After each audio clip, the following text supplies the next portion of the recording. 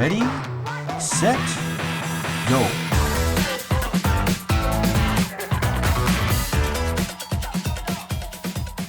Welcome to The Sweet Spot, an Updog podcast. I'm Andrea Morissette. And I am Jack Faley, and we are your hosts today. And today we have Kat Faley as our host, guest. Guest. That's what she is today. Yes. She is all of those things. She's Kat always is judgy, but today. she's our guest today. She's our podhead guest today because we are going back to origins again. We're going to be covering Frizgility origins today. So we have Kat Faley as our guest. Give it up for Kat. Whoop, whoop.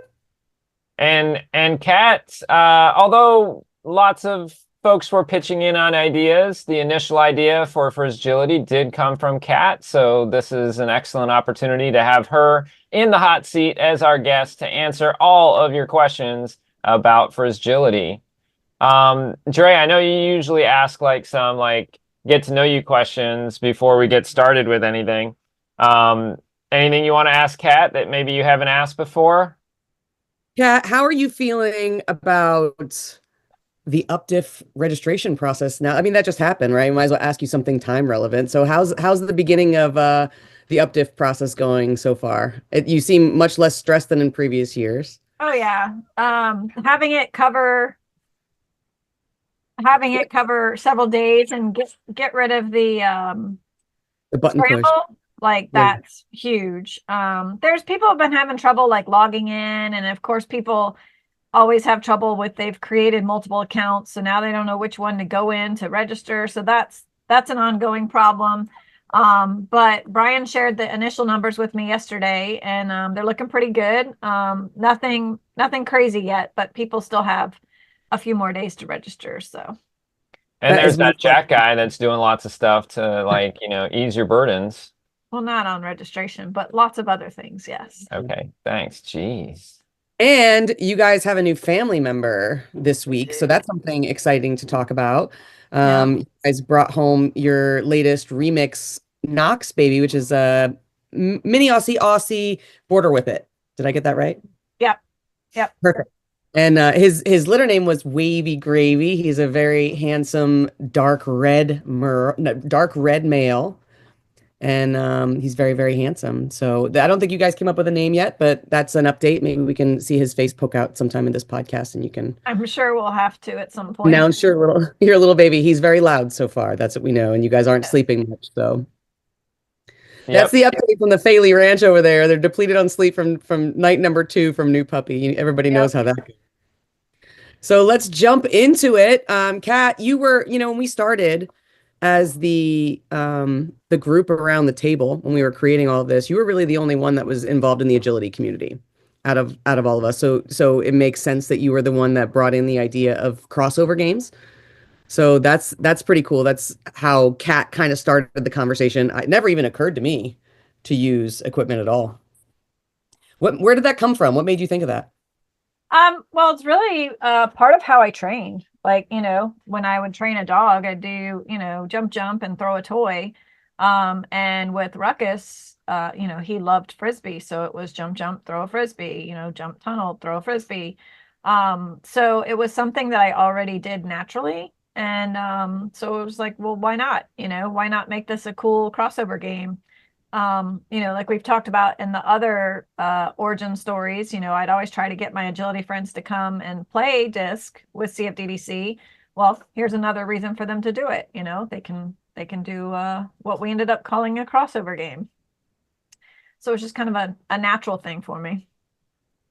Yeah, it's really interesting that just never even occurred to me to add that sort of equipment into a disc game, and it really opened up. In my opinion, it opened up the sport to give a clear avenue of success for people that had experience in that sport to enter into disc with kind of like a leg up. So when I came into disc, I had already played Ultimate, which is the human version of the game. And so coming into the sport, having already played Ultimate, I could go into a toss and fetch scenario and throw 40 yards, no problem. Pretty reliably down the middle. Somebody doesn't usually show up to a first time practice at a disc dog event and starts throwing 40 yarders right down the field to the dogs, right? So that's an interesting thing that kind of came out of adding the agility equipment is we had this like secret doorway opened to the largest dog sport. And yeah, that was kind of a really cool element that happened. And I think the thing that I liked most about that is that the agility people could come in and kick our butts. Yeah. I saw that a lot because at the time I worked at Purina Farms, and so there's a lot of agility people like actively there all the time, a strong agility community. And they didn't want anything to do with disc until this started happening. And then all of a sudden it was like, oh, well, we can come over there and just blow you guys out of the water with this game. So that was a really cool kind of unexpected side effect of your idea. Yeah, for sure. It was it got a few of my friends playing that weren't playing before, so that was good. So do you think that there was any backlash from the agility community or backlash from the existing disc community on essentially making a crossover game into another dog sport or into agility? I mean, there were some purists that were like, that's stupid. Why would you do that? I'm not going to train my dog to do a jump, blah, blah, blah. But they were few and far between. And for the most part, I think that this community accepted it pretty quickly. I mean, it was a way easier acceptance than like rollers, so still. But on which is kind of crazy if you think about that. Like, right? why let's stick jumps in the middle of your disc field, and like that's less uproar about that than rollers. But anyways, it's interesting. I mean, I guess it's because they could opt not to play the crossover games, and whereas they can't opt to not be competing against people with rollers. But I whatever. guess, yeah. But that makes sense. On the flip side of that, though, is and I don't think that there's a question about this, so I'm going to go ahead and kind of throw it in there. Okay. Are you saying you've seen the questions ahead of time, Kat? Well, you mentioned exactly what is happening to this podcast. You mentioned I know it's falling apart. Kat's taking over. On the agility side, though, now that we have multiple crossover games, what's interesting is the like super serious agility people.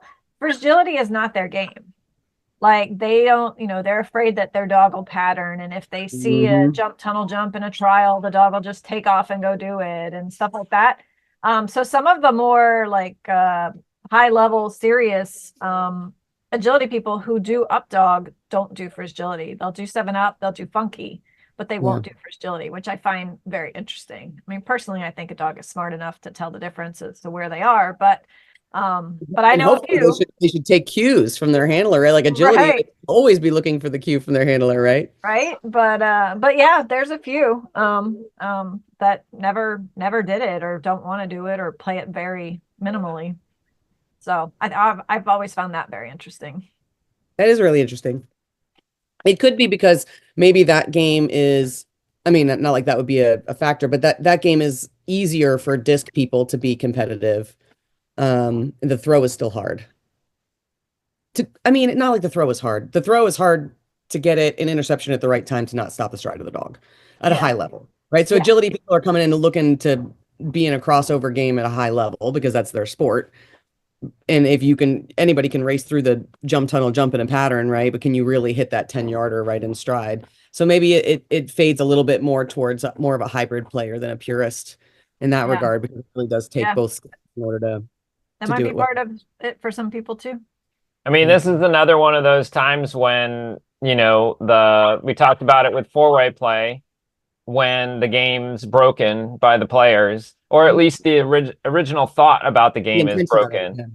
Like you were saying, Dre, initially we thought about it as the dog's going to have to take cues from the handler and work your dog through this little mini agility course, come out the end, and then they are rewarded with a throw, much like Kat would practice agility.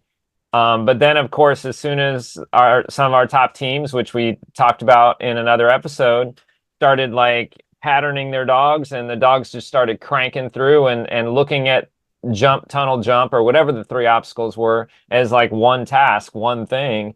Then it just got crazy, scores got crazy, and of course the game was broken. Yep.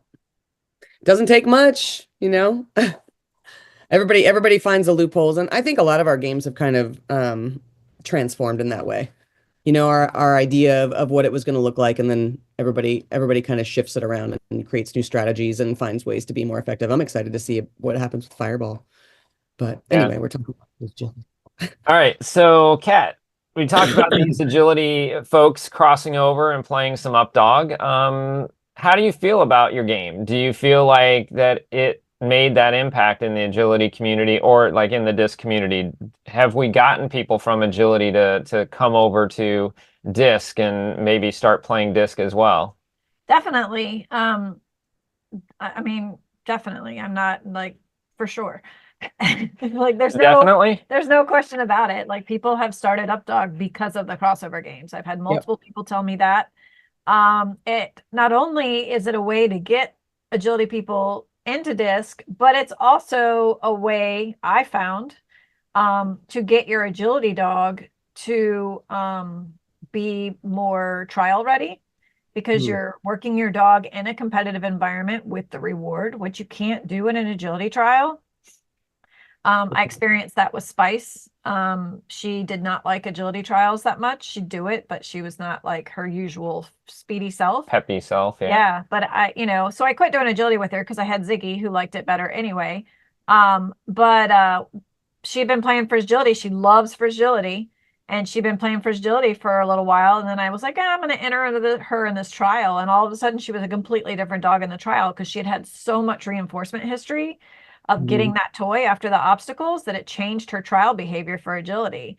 So that's something else like that maybe the crossover people initially don't realize, but once they do, they take advantage of that aspect of it as well. So not only is it like a cool way to come in, but it also can go back and enhance your agility experience if your dog is, needs that reward. And vice versa, it can make your dog more excited about disc. If they're super pumped about the agility obstacles, you can use it as a, oh, look, you do these. And anyway, it works the other way around to where they get more excited about the disc too. So it's been you're able really to use the reinforcer on the agility field where you normally go. right. Yeah, you go get this thing and then you get to do your jumps, so it can work either way depending on what your situation is with your dog. And it's been really cool to have people experience different pluses from the game, and things we didn't expect. So yeah, it's been cool and definitely brought in more agility people.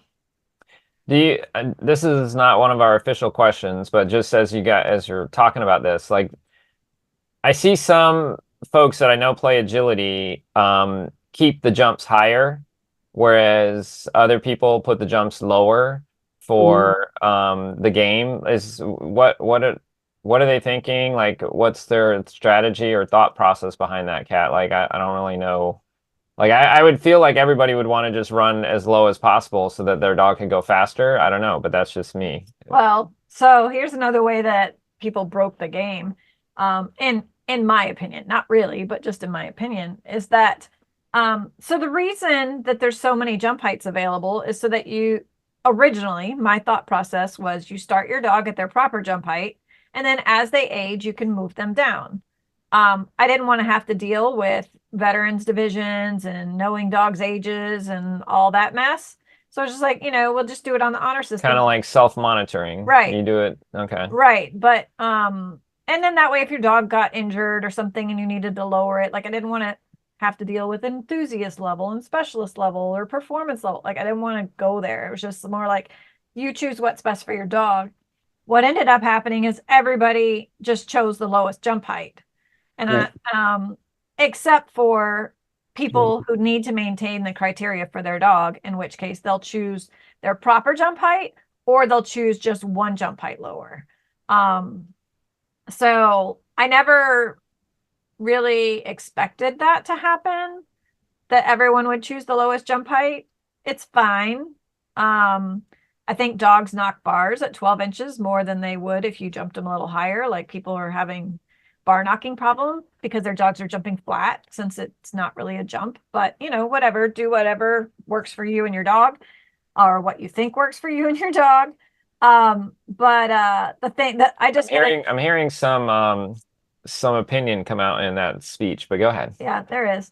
But the only time that it really annoys me is when people are like, well, I need to move my dog down to a lower height now that they're a veteran. And I'm like, no, you've been jumping the veteran jump height the whole time. So now there's nowhere for your dog to go.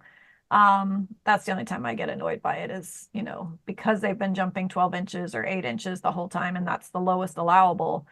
There is no moving down. You already made that move when your dog was 2, you know? So, that's the only thing about that. But yeah, to your exact question, Jack, the people jumping higher are trying to maintain the criteria on their dogs that they've set for them in agility. That makes sense. And like, to me, it seems like maybe that would keep the dog thinking a little bit more while they're out there on that mini course, rather than just like, you know, flat out running as fast as they can. Yep. Interesting. All right, Jerry, did I cut you off? Sorry.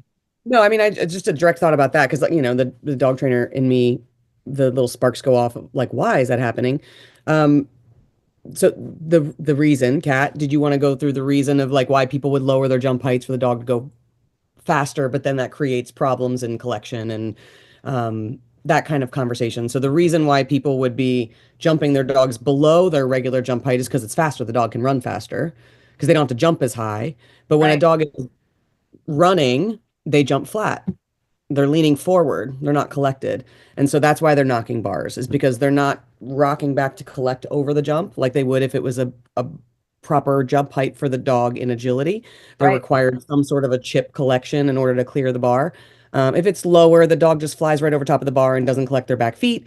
Back feet or tail nicks the bar, and that's where you get all those bar knocks. So there's this like trade-off of like speed, yeah, this collection and the risk of the bar.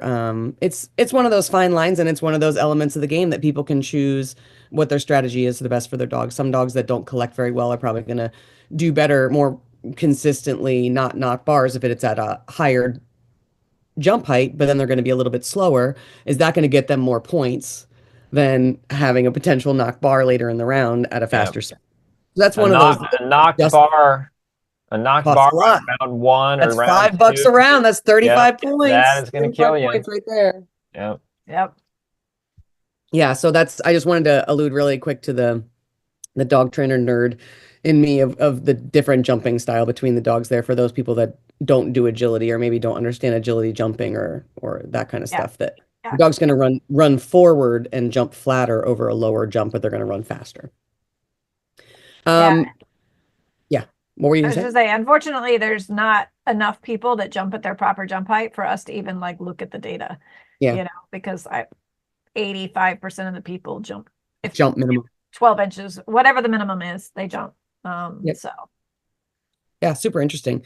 When we were beta testing this, I don't remember. Did we always have 3 obstacles in 1 disc, or did we? Do you remember? Did we start it with 3 obstacles in 1 disc? I'm pretty sure it was always 3 obstacles. We talked about adding more and like doing different kinds of courses. And then instead we just made funky and then eventually 7 Up. Yeah. But I don't remember if it was always 1 disc or not. I honestly, I can't remember that at all. But it was always 3 obstacles. And we always knew we weren't ever going to put like contact obstacles in. Like that was never a consideration. It needed to be something that everybody could easily get. Right. Could easily get. And even tunnels questionable there. Yeah, I mean, but again, that's why we have the jump was just in case someone can't get their hands on a tunnel. But safety factor with contact equipment, stuff like that. So that was never a consideration, but I do believe it was always 3 jumps. And another thing about beta testing is that it wasn't originally called Frizgility. It was called Frigility. Like that's what I called it, joking around. I've got a Facebook post where when we first cleared out the field, our back field, I called it, oh, look, it's a fragility field because that's where Jack was going to be doing Frisbee and I was going to be doing agility. But then like the more we use that word, the more we were like, frigid, Fragile. Yeah. like Fragility. what is this? So I don't remember who added the Z, but we added the Z and Frizgility was born. And I think we tried different amounts of discs and landed on one disc. Like, I don't think we started just with one disc and like kept it that the whole time. I definitely think there was some experimentation, and then we said, no, it's best if we did one disc because, of course, we want your dog to bring the disc back. Mm-hmm. And then we added that second disc lure option for level 1 because, Right. you know, some people just were running out to the 10-yard line and chasing their disc back. Yeah, I think that came after we started playing a little bit and realized, like, okay, if you're a beginner team, that's going to be really helpful to you if you can have that second disc in your hand. Another rule that popped up, not at the beginning. It was close to the beginning. It was after we went to Premiere.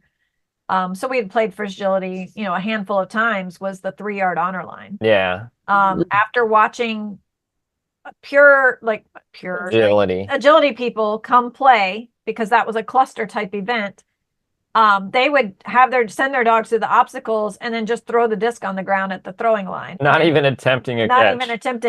And we're like, okay, that is not how this game works. This is not an agility game. This is a Frizgility game. So we implemented the 3-yard honor line at that point. So to like, all right, if you're going to do that, you're at least going to have to throw it 3 yards, you know, and then waste a bunch of time. Right. Because they were just like spiking it, like, you know, right on the ground in front of them, picking it up and going again. Yeah. Yep. Yeah. Sometimes people, like the disc people, will ask, like, why isn't a catch required? You know, they think that a catch should be required to go on and do it. And I mean, the whole game could be a whole minute of just one person trying to get one catch. And exactly. That's not right. We wanted to set people up for success, but we want them to throw. So the 3-yard honor line was like the balance there. Yeah. So speaking of, like, you know, as we started playing the game more and people started scoring more points, getting better at it, you know, we had this achievement called Speedy Feet, which was 4 perfect runs through the equipment, ending with catches. And then we had, was it high 5? I think so. Is that correct? 5 runs through. And we just thought that is the pinnacle. That is the pinnacle, 125 points. If anyone were to get that, we would crown them the master of agility, and that would be it. Kat, what do you think about the scores that we're seeing these days? It's crazy. Like, you know, we've said cycles. Yeah, how many cycles are those top rounds? I think we're at 8 now. 8, like for the very top, the very top round. Yeah, I think we're. I remember Sarah and Zip Tie did 7 at Chili Dog back in like 2019, something like that. That indoor St. Louis event that we had, and I've scored that one. It was so hard to score. It was so fast. It was 7 rounds, and we were blown away, and that was the record. But since then, I mean, that 7-8 is really the competitive rounds are right in that range. Yep. I think. Yeah, and there's lots of teams doing it too. It's not like one person has reached 8. Like there's lots of teams, like multiple teams that have reached 8. I think that. Have you done it? Did you do it with I doubt it. I didn't know if you did it with Sweet. Yeah, sorry. I was thinking Spice. And I'm like, I don't think Spice No. I don't know. I don't know. I was close. I had like a 185 or 190 or something. And I'm figuring out what that score was. Yeah, I think it was really that's how you get a 200. So I think it was really when Sarah had trained Zip Tie to run the pattern solo that really transferred the game to the next level. Like nobody had done it before then. They were guiding their dog through the course, and then she just patterned it, and Zip Tie was a brilliant patterning dog and a brilliant agility dog, and he just ran that pattern, and she just stood in that spot and threw the disc, and it was just like you said, it broke the game. It opened up the game to everybody's like, oh, we could just pattern our dog to run it, and I can stand here, and then I don't have to run like crazy to all these obstacles and chase down my disc, and like Yeah, so it's always cool when you have to create new achievements for the game because Right. you thought Frizgility Freak was going to be the ultimate. That's what it is. That's the 125, right? Is the Frizgility Wow. Freak. I think the the 5 cycle is high five. is being High five, perfect yes. 5 times through. But then The the score Frizgility is Yeah. 135 or higher, I think. I just pulled it up. Our current high score is 203. There's 5 rounds that have scored 203. And then the next highest score is 200, and there's 17 rounds that have scored the 200. Allison's done it. You haven't done it. Okay. And how many rounds is You that? don't need to put that on the podcast. Jeez. Yeah, so What? how many rounds is that? So 15 times 8 with a 10-yard catch, right? And then there's a 3-yard catch for those 203s. Yeah. So It just kind of depends on how their ending is too. Like if they're getting, now that we allow rollers to count as a sweet spot, it can be rolling through the sweet spot. You can As get they're running. that sugar rush where you step, throw a roller, step into the sweet spot as your dog is crossing across the sweet spot. So you're picking up that time ends and then the disc leaves the sweet spot and you pick up 10 points. That's another way to get that extra bonus at the end there and possibly get into that 180 and higher range. The first time 203 was scored, it was, of course, Steven Jackson. And they got 8 times through the obstacles, 7 10-yard catches and 1 3-yard catch. And the sweet spot. So that's how they got the 203. So that means your last one is the roller into the sweet spot for the 3 plus the 10 points for the sweet spot. That's how or they just threw it into the sweet spot. Right. That too. So, and then you only need the roller if you're going for the 10. Yeah. And then it's Action Jackson's done it once, Lily and Mamba have done it 3 times. And Nice. Then, Style and Lily did it at Updiff last year, I believe. So yeah, it's just really cool. It's cool to see how people eke out the points at the top of the scoring and how they strategize to once somebody else does it, how they strategize to get another point or 3 more points or whatever it is to try to get up there again. Oh no, they didn't do it at Updiff. They did it just before Updiff. All right. Because Updiff So was if we were gonna rewrite any of these rules, let's say if we were gonna redo Frizgility now that we have 10 years of experience running it and we know all the little things that have happened, would we change anything from how we created the game, how we set the rules? No, I mean, I might would have been less trusting of the jump height thing and enforced, jump heights to a certain age. But then you would have had to, keep track of all that stuff, ages, like you said. and people would be thinking. And it's not a huge deal. And like you said, sometimes it's like not a permanent adjustment also. Like I might need to adjust it because like you said, my dog's just been rehabbing and coming back from, some injury or something. And now I want to start it. Like, I think it's good to have that flexibility and whatever people do with it, everybody's got the same rules. So it's not like I get to adjust my jump heights, but you don't or something, But I think that's the only one that I would even consider. And again, I'm not like I not even like care about it that much. That's just all the other rules I think are fine. I don't have any problems with the game whatsoever. So can we talk about Updiff, Cat? Why level 2 at Updiff? Like why are you trying to make this hard? That's not me. That's you. Oh.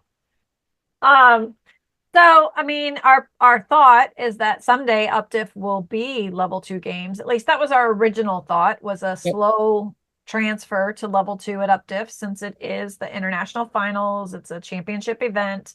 Everybody should be playing, the high level, more difficult games. But we've only managed to do it for 3 of the games. So I've been pushing for 4-way play for a few years, but we'll see. But it hasn't happened yet. No. But Frizgility was an easy one to do. Throw and go was easy to do because you play the game the same way, except you have to throw farther to get the higher points, which was something we wanted because it's called throw and go. But we'll talk about that on the throw and go origins. Throw and go origins episode. Yep. And then Frizgility was easy because if you don't have the skills for level 2, you can still play it just like level 1. The only thing that's missing is the 0 to 10 yard throw or the 3 yard to 10 yard throw. So And the second disc. And the second disc. Well, but at Updiff we allow the second disc. Yeah. So for those beginner teams, so that they can still play it Updiff if that's something that their dog's still working through. Right. So, but that's wise because you can still play it the same. It's not, it's not like you're kind of screwed if you play that game and have never played level 2 before. You can still do it the way you've been doing it and have success. So do you think we'll see weaves at Updiff this year, Kat? If we will, I wouldn't say it. So we can have 6 weaves or 12 weaves, right? And how many points is 12 weaves worth? 12 weaves is worth 20 or 25. I can't even remember right now. Yeah, I feel like it should be 25. It should be worth like 75. It's worth 25 because the jump and tunnel's worth 15.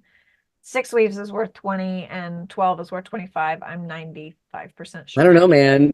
For 5 more points, 6 more weaves, that's a lot of time. All right, that's what I'm thinking. It needs to be like 50 points at least. 50 points and but if you do that, you literally only agility people would win that game at that point. Yeah, and that's always a balance trying to figure that out. 7, 5, 6, like you wouldn't be able to get 7 rotations. No. So you could maybe get 5, right? And so like you think about the time it takes to go through and the points transfer. You'd have to do a lot of math to figure that one out. We'd have to get like some really proficient teams at weaves and see how many times they could go through with the weaves versus somebody that's only going through doing the shorties because they can't do the weaves, and then both of them hitting the 25 pointers. I sense an experiment coming. We're gonna have to do some sort of double blind study. The thing I was thinking is if it Updiff and it's super rainy and we do have weaves, that's a big mud risk. All the dogs putting their feet at the same spot, slip risk, that kind of thing. So good news is we don't have rain at Updiff. We won't have rain at Updiff ever again in the spring, ever. But yeah, that was one of my thoughts. But again, when we're working on our schedule and stuff, we would have the schedule done way before we would know the weather. So worst case scenario, we can always have a plan for weaves, and if it's going to be rainy all day, just swap it out for something else. Right. Just like we did with Bunky and Helen.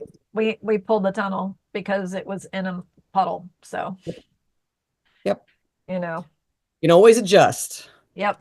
Oh, sorry, buddy. Sorry. Stepped on remake. So all the Updog games are always adjusting, and we're always coming up with new crazy ideas. There's a new idea that has been released and people got excited about, hoops. So what's up with hoops? Tell me about hoops. That's a fun word, excited, because some people got very angry and some people got excited. You can be excited and be mad. You can be excited and be happy. All in the same frequency, honestly. It's just poop energy or happy energy. Exactly. No, so I don't know. It was sometime last year, like just the thought just popped in my head. Hey, why don't we do hoops in Frizgility or some of the other crossover games? I don't even know where it came from. Like I'm not even a big hoops person because by the time I stopped doing NADAC agility, that's like when hoops just started. So I did a few, like I've done courses with hoops, but it wasn't the majority of my agility career. I did not do hoops. So it's not like I'm a big fan of hoops or anything, but I don't know. It just popped in my head one day and I mulled it over for a little while. And then I mentioned it to Jack and then I mentioned it to the team. I mean, for me, it comes with all kinds of positives. It gives you another easily transportable obstacle. That's what I love about it. The tunnel is a big pain in the butt if you're pulling it and going to like if you're not at your home base, right? The tunnel gets rid of that bar. Yeah, it gets rid of the bar. I mean, that's for young dogs, older dogs that have wheelchairs could run a hoops routine. It opens it up. It opens it up to a different type of dog perhaps that doesn't Yeah. want to have to clear a bar. Yeah. Has a shoulder injury from a few years ago and they don't play any agility anymore, but they still want to run the course. You can run that without running it FEO because it's hoops Right. versus running it without bars just so that the dog can have fun. Right. So I mean, yeah, I'd it was never even just heard of hoops before this. I didn't even know hoops was a thing. So I was like, hoops? yeah, So Me. if a hoop replaces a tunnel, is it just one hoop or three hoops that replace a tunnel? one hoop. Okay. Yeah. Wow. Yeah. So yeah, Is that how it is in agility too? yes. Well, long ago, in UKC agility, there was something called a hoop tunnel, which was like a long string of hula Hoops. hoops that they would go through. But no, there was, to my knowledge, there was never like three hoops right in a row. I could be wrong. I mean, a whole 10 years of agility at least happened before I started doing it. So, I could be wrong on that one, but I never saw it. All right. Will we have a crossover game, a new one, anytime soon? I don't know about when, but I have gotten many cool ideas submitted to me by folks in our Updog community as to possible crossover games. One of them that I think it would be really cool because it's kind of unique it's a like conglomeration of some of the things that we already have, but it's one with the current working title of Cyclone, and it's basically like Frizgility, except you have the obstacles are in the middle of the field, so you're not always one-sided throwing one way. There is a catch zone on both sides, Wind. and the catch zone is split in two sections, and the at least the working thing is the middle piece never changes. So the obstacle orientation never changes, but the different fields are the score zones on the sides. So it makes you have to mix up what your pattern is on going through the obstacles in the middle. So anyway, that was kind of a mix of something that was submitted to me and my own like playing around with it. So that one I think would be fun because it's not like any other one that we have thus far. Yeah, I mean, you can try it in spaced out with spaced out zone catch zones. You can have like a little fireball quality where it like unlocks certain bonus points at certain times after you go through this, then you have a 5-second period where you can get a bonus if you get your catch within that period of time, and if not, then the bonus ends or something like that. There's a lot of fun stuff we can really do with that. That sounds like a fun game. Let's beta test it when I come down there. All right. All right. Those are our questions for Frizgility. Cat, are you feeling like you can handle a round of time warp? Of course. All right. We are getting All ready right. for the time warp challenge. I have my 1 minute ready. Jack, are you ready with questions? I'm ready. Kat, are you ready? I am ready. I don't think you are. Well, I don't even who know knows the what questions you are. did to me today, but Kept you up all night with a screaming puppy, probably. yeah, exactly. All right, let's give her a countdown. Ready, set, go. What's your favorite what's your favorite to play, Kat? Disc or agility? Disc. Good answer. If Elon Musk would let you ride on his rocket, would you? No. What was Good the answer. last thing you ordered from Amazon? Puppy supplies of some sort. I think an X-Pen, a new X-Pen. Would you rather drive or be a passenger? Passenger. What is 35 your seconds. favorite Updog game? Spaced out. What should your new puppy's name be? Nah, who knows? TBD. Well, I mean, there's WTF, so we can have TBD. Yeah. What's your favorite dog disc to throw? Supersonic. You're an actress starring in a romantic comedy. What's the title? 12 seconds. I don't know. What's up, dog? What's your favorite color? Right now it's purple. But Does Ben Rimby have anything to do with updiff running orders? Absolutely not. Time! You nailed that one right at the buzzer, Cat. Awesome job. So we have Good a job, couple Kat. of questions yet to be determined. Is the puppy name? That would be the question of the podcast. So if you guys have name suggestions for Mr. formerly known as Wavy Gravy, do you want to bring, why don't you bring, can you grab the puppy, Kat, so Yep. everybody can see him? He's asleep, so I hate waking a sleeping puppy, but I'll do it. We have priorities. We're podheads. We have priorities. So this is Jack and Kat's new puppy. He's a remix puppy, and remix is a mix between a mini Aussie and an Aussie. And he has been bred to Knox as a border whippet. So border whippet, mini Aussie Aussie. And this little dude is dark red and wiggles at 300,000 miles an hour. I'll take care of that. Well, And he cries a lot at night still so far. Look at this little monster. hello. Oh, what a cutie. He's really nice, dark red, chocolate color, maybe a chocolate name.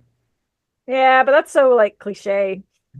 We need a bomb name for this guy. He's going to be super fast. He's going to be a world champion. So send in your name suggestions for this little brown dynamo. He's got a really beautiful chocolate color. I'd call him red, but he's chocolate. Yeah, he is. He's very chocolatey. Really nice dark chocolate color. So send in your name suggestions. I don't know if you guys are going to win anything if you pick the name, but you might. Because they have all. Hopefully we'll have him named before this gets published. So. I was just thinking as you were saying that, Dre, maybe I should just publish that today. Yeah, right. Do it. Okay. It is Tuesday. I don't even know what day. Yeah, it's Tuesday. He could do a late. He could do a late publish on the podcast to get name suggestions. Although TBD would be kind of funny, but there's the cutie. Yep. Right now he goes by Wavy. He's also very he's super inquisitive. He'll stare at things. Like he figured out the doggy door just by kind of staring at it and then watching the other dogs go through. And then he went up, stuck his nose onto it and kind of pushed his head through. And next thing you know, he was going through. That's just one example. So maybe I was kind of thinking maybe some sort of detective or investigator name or I don't know, something to do with maybe figuring things out. He seems like a smart one. And today he found his wheels. All of a sudden he's like zoom, zoom, zoom. Yeah, and then as his legs grow, he's gonna have to keep on relearning those wheels over and over and over again. Yep. Super cute. Well, thank you for sharing your puppy with us, and hopefully everybody will send some name suggestions so that you guys can call on something other than Wavy Gravy. Yeah, I mean, we may stick with Wavy. We'll see.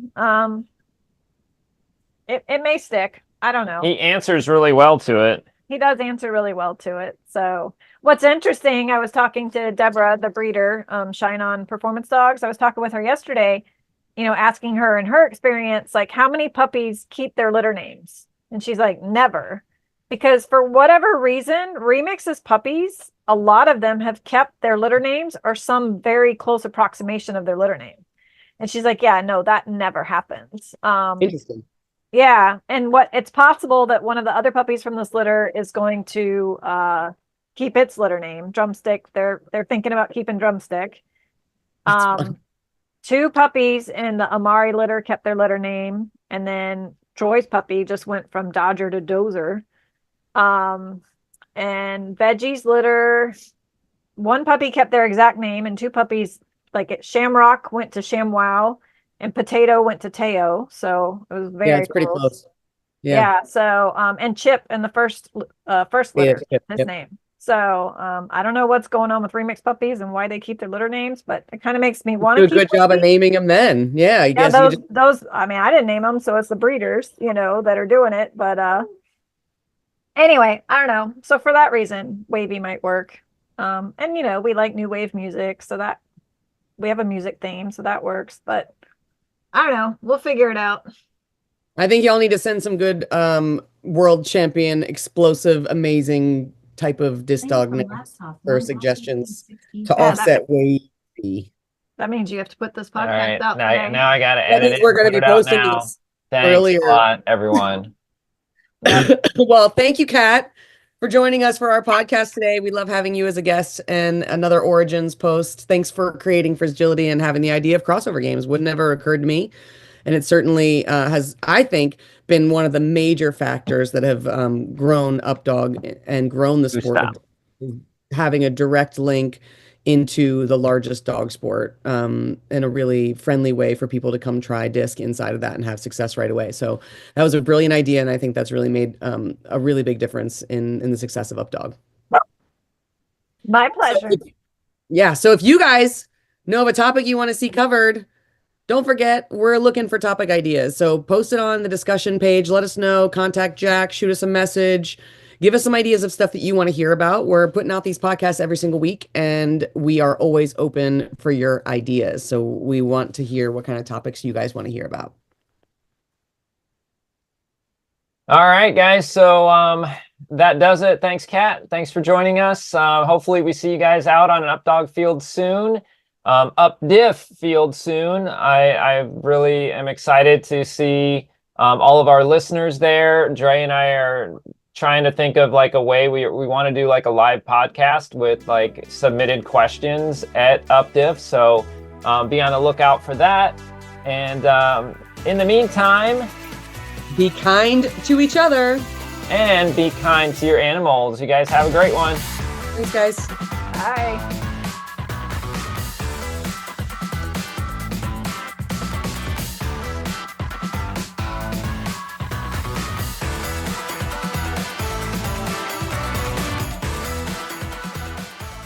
Definitely. I mean, definitely. I'm not like for sure.